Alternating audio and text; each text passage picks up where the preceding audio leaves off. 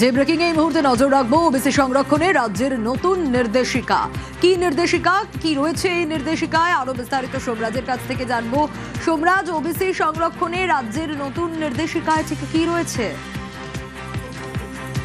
দেখো, রাজ্য সরকারের তরফে একটি নির্দেশিকা জারি করা হয়েছে ওবিসি নিয়ে, এবং সেখানে স্পষ্টভাবে জানিয়ে দেওয়া হয়েছে যে ওবিসির ক্ষেত্রে কি গাইডলাইন মানতে হবে, বিশেষ করে ওবিসি সার্টিফিকেটের ক্ষেত্রে কি গাইডলাইন মানতে হবে তা নিয়ে বিস্তারিতভাবে নির্দেশিকা জারি করে দেওয়া হয়েছে রাজ্য সরকারের তরফে।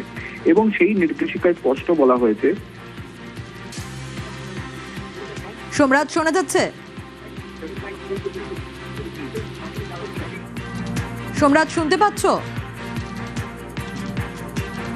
সোমরাজের সঙ্গে যোগাযোগ বিচ্ছিন্ন হয়েছে বোধহয়। আপনাদের জানিয়ে রাখি, ওবিসি এনসিএল সার্টিফিকেট বাধ্যতামূলক। শুধুমাত্র পৈতৃক ওবিসি সার্টিফিকেট থাকলেই কিন্তু সংরক্ষণ নয়, এবং কলেজে ভর্তি, সরকারি চাকরিতে ওবিসি এনসিএল সার্টিফিকেট প্রয়োজন। ওবিসি এনসিএল সার্টিফিকেট না দিলে ওবিসি কোটার যে সুবিধে, সেই সুবিধে পাওয়া যাবে না।